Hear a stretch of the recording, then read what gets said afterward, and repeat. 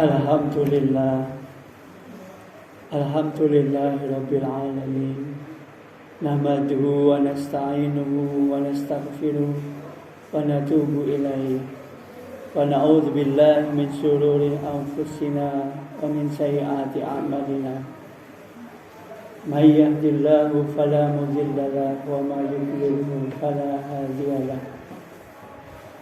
Asyhadu an la ilaha illallah wahdahu la syarika lah wa asyhadu anna Muhammadan abduhu wa rasuluh la nabiyya ba'dah. Allahumma salli wa sallim wa barik ala Muhammadin wa ala alihi wa ashabihi wa man wala wa la hawla wa la quwwata illa billah. Faya ayyuhal hadirun rahimakumullah, usikum wa nafsi bittaqwallah. Ittaqullaha haqqa tuqatih wa la tamutunna illa wa antum muslimun. Qala Allah Ta'ala fil Qur'anil Karim, a'udzu billahi minasy syaithanir rajim. Bismillahirrahmanirrahim.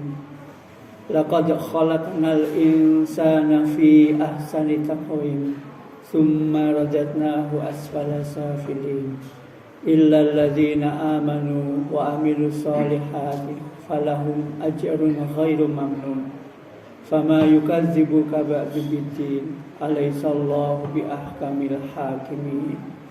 Sadaqallahul azim. Sidang jamaah Jum'ah yang berbahagia rahimakumullah. Alhamdulillahirabbil alamin. Bersyukur kita karena limpahan rahmat serta karunia yang tiada terkira, sehingga pada siang hari ini kita bisa menundukkan jiwa dan raga kita untuk mentaati perintahnya, mendatangi jamaahnya di masjid yang mulia. Hadirin yang berbahagia rahimakumullah, saya selaku khatib pada siang hari ini berwasiat kepada diri saya pribadi khususnya dan kepada para jamaah, marilah kita senantiasa meningkatkan kualitas keimanan dan ketakwaan kita kepada Allah Subhanahu wa Ta'ala dengan takwa yang sebenar-benarnya. Kita berusaha untuk senantiasa menjalankan apa yang menjadi perintahnya dan menjauhi apa yang menjadi larangannya, karena berbagai rahmat yang telah dikaruniakan kepada kita.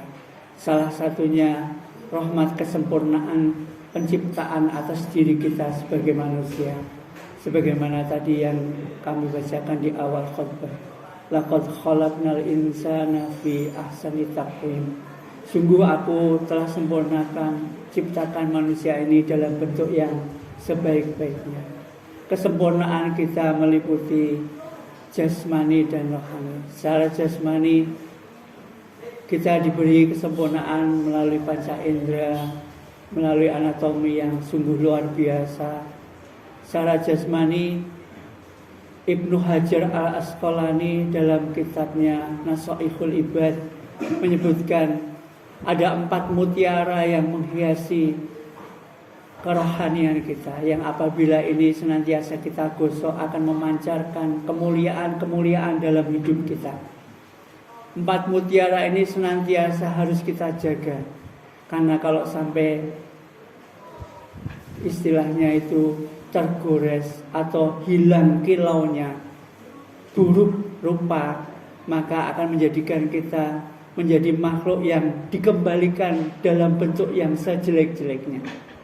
Summa radadnahu asfala safilin. Hadirin yang berbahagia, 4 mutiara yang Allah karuniakan dalam rohani kita adalah yang pertama, akal kita. Akal ini yang membedakan kita dengan makhluk lainnya. Hewan dikasih otak tapi tidak dikasih akal. Malaikat mungkin punya akal tapi tidak punya keinginan. Karena dengan akal ini manusia memiliki keinginan yang beraneka ragam. Akal ini bisa bersifat liar karena kemampuan akal manusia ini bisa menjadi kemana-mana. Bahkan kalau ditantang bisa menembus ke angkasa luar. Sebagaimana yang Allah ungkapkan, dalam surah Ar-Rahman, ya ma'syarul jinni wal insi in istata'tum an ta'khudhu min aqtaris samawati wal ard la tanfuduna illa bisultan. Tetapi akal manusia ini harus diarahkan, karena kalau tidak diarahkan ini bisa menjadi liar, bahkan bisa meniadakan siapa pencipta yang sebenarnya dari seluruh alam semesta ini. Maka mutiara yang kedua yang Allah berikan dalam kerohanian kita untuk mengarahkan akal itu, yaitu agama. Agama ini yang akan mengarahkan kita, membedakan mana yang boleh dilakukan, mana yang haram, mana yang baik, mana yang buruk, mana yang harus dikerjakan, mana yang harus ditinggalkan. Inilah agama. Fungsinya adalah mengarahkan mutiara yang pertama kita, yaitu akal. Akal manusia jika tidak diarahkan itu akan mudah sekali tergelincir. Ilmu tanpa agama itu akan buta. Tapi agama tanpa ilmu akan mudah untuk runtuh, sebagaimana gambar tanpa paku. Begitulah para ulama mengibaratkan. Maka agama ini penting sekali. Bahkan agama ini yang bisa menjadikan kita baik atau tidak baik. Sebagaimana Rasulullah mengatakan, jika Allah menghendaki seseorang itu menjadi baik, maka dibaguskannya, difahamkannya orang tersebut kepada agama. May yuridullahu bihi khairan yufaqihu fiddin. Hadirin yang berbahagia, agama ini juga masih perlu ada tuntunannya, ada ukurannya. Maka ukuran agama kita ini ditentukan oleh mutiara yang ketiga, yang oleh Ibnu Hajar Al-Asqalani disebutkan mutiara yang ketiga adalah rasa malu. Sehingga Rasulullah mengatakan al-haya'u minal iman. Rasa malu itu sebagian dari iman. Bahkan rasa malu itu tanda akan adanya iman. Kita akan menjadi malu jika tidak mentaati perintahnya. Itu tanda kita ada iman. Kita akan malu jika melanggar apa yang dilarang oleh Allah. Itu tandanya kita ada iman. Tetapi ketika rasa malu sudah tidak ada dalam diri kita, maka tatanan hidup kita ini akan morat-marit meskipun kita beragama. Hadirin yang berbahagia, betapa kita prihatin saat ini. Rasa malu di antara kita mungkin sudah sangat jarang, sehingga kemaksiatan bisa kita lihat di mana-mana. Itu menunjukkan bahwa kita tidak malu lagi bermaksiat. Jika ini sudah ada, maka pertanda iman kita sudah mulai terkurang. Sehingga tepat sekali Rasulullah mengukur bahwa iman seseorang itu bisa dilihat dari rasa malunya. Al-haya'u minal iman. Hadirin yang berbahagia, mutiara yang keempat adalah hasil dari akal yang baik, dikontrol oleh agama yang benar, kemudian menumbuhkan rasa malu berbuat yang tidak baik, maka akan menumbuhkan amal soleh. Mutiara yang keempat ini adalah amal soleh kita. Maka keempat mutiara ini harus senantiasa kita gosok, kita perbaiki dalam diri kita. Akal kita arahkan dengan sebaik-baiknya. Agama kita perbaiki sehingga akan menjadi baiklah diri kita. Kita pupuk dengan rasa malu, berbuat yang tidak baik, berbuat melanggar aturan, berbuat bermaksiat kepada Allah, berbuat tidak mentaati perintahnya, tidak mentaati aturan. Yang ini semuanya akan menjadikan amal soleh kita yang baik. Yang amal ini akan menjadi nanti bekal kita di akhirat.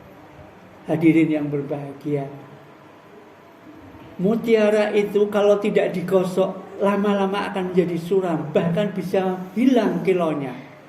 Maka mutiara dalam jiwa kita ini juga harus digosok, karena mutiara ini bisa hilang. Keempat mutiara ini akan tertutupi dengan 4 sifat kita. Akal kita itu akan hilang jika kita amarah, jika kita marah. maka marah itu bisa menghilangkan akal. Suatu ketika ada sahabat meminta nasihat kepada Nabi, "Ya Nabi, nasihatkan kepadaku supaya aku bisa masuk surga." Maka Nabi mengatakan, "La takdzub walakal jannah." Jangan kamu akan masuk surga. Dan betapa kalau ketika kita marah itu akan menjadikan akal kita tumpul. Kita sudah banyak contoh. Contoh yang terbesar, betapa seorang jenderal karena amarahnya ia bisa merencanakan pembunuhan kepada bawahannya sendiri yang sampai sekarang sidangnya belum pernah berakhir. Ini kalau misalkan akalnya berfungsi, saya pikir tidak akan terjadi demikian. Karena amarahlah yang menghilangkan akal. Maka mari kita jaga jangan sampai kita marah. Kalau kita tidak marah, bagian kita nanti ada di surga. Demikian nasihat Nabi kepada sahabatnya. Mutiara yang kedua, agama. Agama itu akan bisa hilang jika kita memiliki rasa hasad. Hasad, sebagaimana ulama mengatakan, senang melihat orang lain susah, susah melihat orang lain senang. Dan bahkan kita dianjurkan untuk senantiasa berdoa, berlindung dari rasa hasad. Sebagaimana dalam surah Al-Falaq di ayat terakhir. Maka hasad inilah yang akan menghilangkan seluruh kebaikan kita, sebagaimana kayu menghilangkan, sebagaimana api menghanguskan kayu bakar. Rasa hasad ini yang akan merusak agama kita. Hadirin yang berbahagia, mutiara yang ketiga, rasa malu itu akan hilang, tertutup dengan sifat tamak. Sifat tamak ini akan menghilangkan rasa malu kita. Sifat tamak adalah sifat menginginkan sesuatu yang pada hakikatnya bukan haknya atau belum menjadi haknya. Betapa kita oleh orang Jawa dikasih nasihat, ojo milik darbe ing liyan, wong milik mono gendong lali. Kalau kita menginginkan sesuatu yang berlebih-lebihan dengan sifat tamak, akan menghilangkan rasa malu kita. Boleh jadi kita mungkin sebagai seorang pejabat, sebagai seorang yang memiliki gaji yang tertinggi, tetapi ketika tamak, maka akan menghilangkan rasa malu kita, bisa menjadikan kita memakan yang bukan hak kita. Sifat tamak ini akan menghilangkan rasa malu kita. Yang keempat, mutiara yang bisa hilang yaitu adalah amal soleh. Amal soleh ini jangan sampai tertutupi dengan riba. Sebagaimana Nabi pernah mengibaratkan, Nabi ketika dalam suatu majelis bertanya kepada para sahabatnya, "Atadruna muflis? Tahukah kamu siapa orang yang bangkrut itu?" Para sahabat mengatakan, banyak memberikan pendapat. Ada yang mengatakan orang bangkrut itu orang yang usaha, habis barangnya, tidak mengumpul uangnya. Tetapi apa yang diberikan Nabi? Nabi mengatakan orang yang bangkrut adalah orang yang ketika menghadap Allah membawa amalan yang banyak sekali. Ada amalan sedekah, amalan sholat, amalan zakat, amalannya begitu banyak. Tetapi di saat dia hidup juga sering menyakiti hati orang lain, merasani orang lain, membicarakan kejelekan orang lain. Ini semua akan menghapuskan amal baiknya. Bahkan amal baiknya akan diberikan kepada orang yang disakiti hatinya. Ketika amal baiknya habis, maka dosa-dosa orang yang disakiti hatinya diberikan kepadanya. Inilah orang yang sesungguhnya orang yang bangkrut. Maka hibah itu akan menghapuskan mutiara amal soleh kita yang keempat. Hadirin yang bahagia, menjelang Ramadan yang akan datang ini, kira-kira kurang 2,5 bulan lagi, marilah kita gosok mutiara-mutiara yang Allah berikan kepada diri kita. Kita hilangkan sifat-sifat yang bisa menutupi kemilaunya mutiara yang ada dalam diri kita.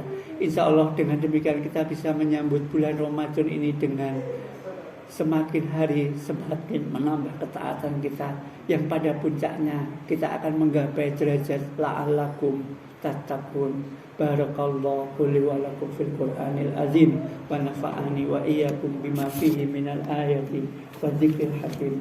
Wa taqabbala minni wa minkum tilawatahu astaghfiruhu innahu huwal ghafurur rahim.